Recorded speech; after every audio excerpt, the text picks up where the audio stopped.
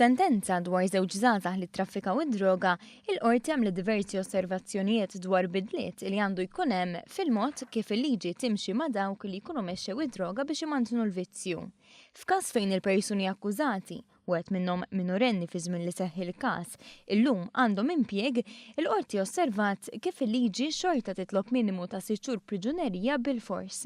F'sentenza tiegħu il-Maġistrat Joe Mifsud qal illi dan m'għandux ikun. Il-qorti li tkun għexet il-proċess għandha titħalla fil-libertà li tagħti direzzjoni permezz tad-deċiżjoni tagħha. Il-pjena ta' 6 xhur priġunerija tassattiva għal traffikar toħloq ċertu inġustizzji minflok ġustizzja, qalet il-qorti. Hawnhekk il-Maġistrat enfasizza li trid issir differenza jekk persuna traffikat xi droga biex tmantni l-vizzju jew biex tagħmel il-flus. Fl-istess ħin appella biex każi ta' droga jkunu trattati biktar urġenza għaliex hija inġustizzja li persuna stabbli tindbat il-ħabs. Fuq kollox kien enfasizzat kif wasal iż-żmien li persuni li jridu jservu pjena għandu jkun hemm post għalihom li sejjaħ halfway house, ċentru fil-komunità li huwa ħabs u lanqas id-dar. Tkun alternattiva l priġunerija għal dawk li jkollhom jiskuntaw pjena minħabba traffikar biex imantnu l-vizzju. Qal il-Maġistrat li jenfasizza li min qiegħed fil-vizzju hemm bżonn jinħareġ il-barra mit-triq.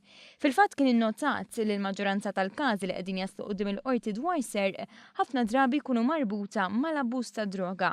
Kien hawnhekk li sar suġġeriment li jitwaqqaf day center fejn min ikun fil-vizzju wara li jieħu l-missura minflok joqgħod jiġri barra jisraq xi sterju minn xi karozza jew jisraq lil xi anzjana joqgħod hemm matul il-ġurnata fejn ikollu fejn jieħu kafè, ikla sħuna, internet point, biljard, librerija u anki post fejn jieħdu pariri mingħand tobba psikologi, persuni mis-social service u Jobs Plus, fost l-oħrajn. Fi kliem il-Maġistrat, sigħat f'dan iċ-ċentru għandhom ikunu obbligatorji u persuna tista' tintbagħat hemm bħala pjena alternattiva għal multi u penali.